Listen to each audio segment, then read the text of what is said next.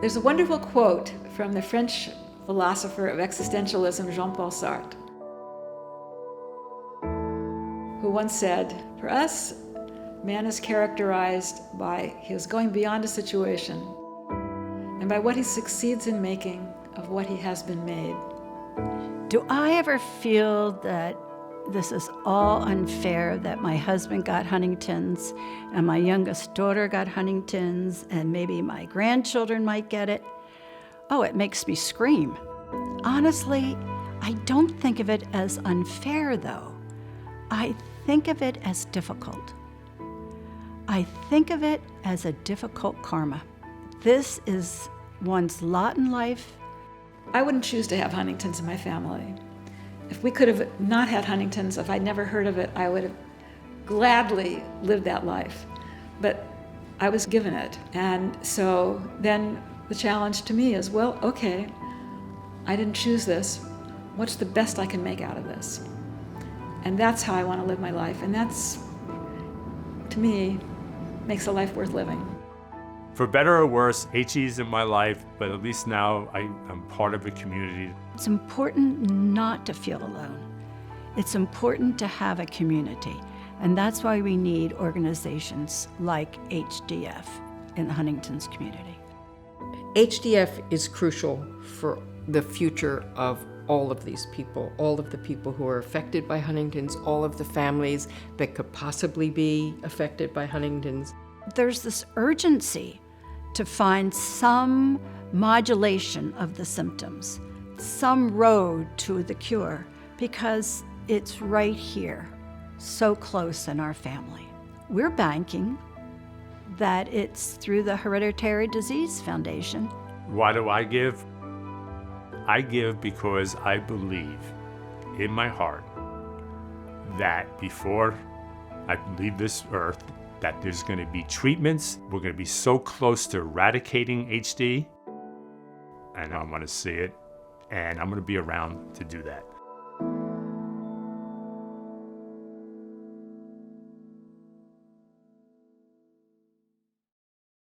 It was always there. It was always part of the family. Well, you know, I never believed in love at first sight. What I love about Bill is he's playful, he's adventurous, he pushes the line. If there's a line that you're not supposed to cross, he'll put one foot across it.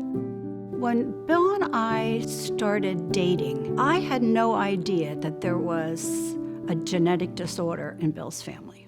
In my mind, Pat was fine. Pat was not going to get Huntington's. We were going to live our life, and Huntington's wasn't in the plans. Let's have kids. And again, if it was an issue, there'll be a cure. They'll find something and it'll go away, just like anything else. And as time went on, the symptoms started to progress. In his 50s, he starts to develop symptoms that could be called Huntington's. You have to understand at this time, there was no trials.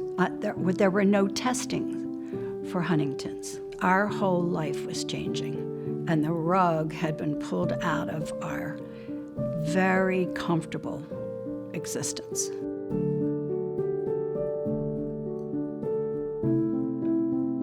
They kept just progressing. Once it starts, it doesn't really slow down. You just knew that train was running down the track, and it was turning into a runaway train.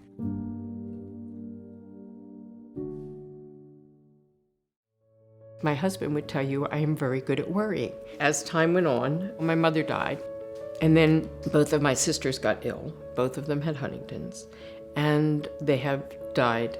Every time I would drop something, I would feel like it was because I was sick, or I'd forget a word, or I'd stumble on something. You know, I was afraid that that was an indication that I was getting sick. My father, Milton Wexler, started the Hereditary Disease Foundation after my mother was diagnosed with Huntington's in 1968. At first, I didn't want to have anything to do with Huntington's disease, ran as fast as I could in the other direction. When I am in my studio, I am not worried about anything.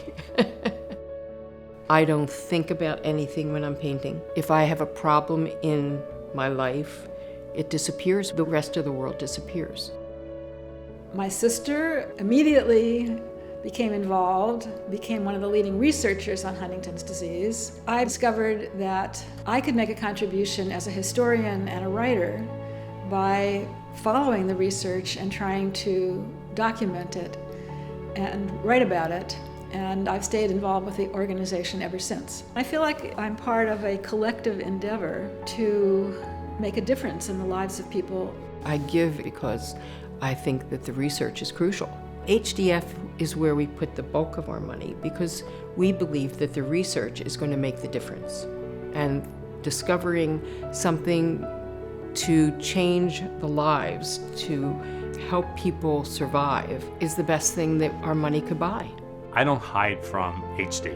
I don't hide from the world that my family has HD. And part of what I believe is important is creating HD awareness. I always believe that if you create awareness, maybe something positive will happen. Nancy Wexler really was the bright light in our family. She brought us into the Huntington's community. She brought us into the Hereditary Disease Foundation. She took us to the scientific symposiums, and we learned that this research was eminent. And we met all these brilliant scientists, and we learned all about what they were doing. And we wanted to support them because what we wanted, of course, was a cure.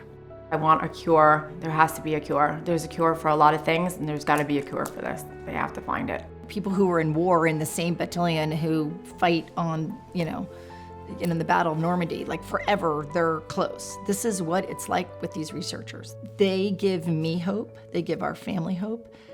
We are forever grateful for the work they do. We want to do everything we can to bring awareness to what Huntington's is and to gather support for Huntington's fundraising.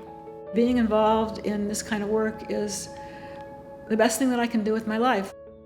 I only have one tattoo, and I'm only getting one tattoo in my life. It's the HD emblem, and it says "Believe in a Cure." And that's why I give.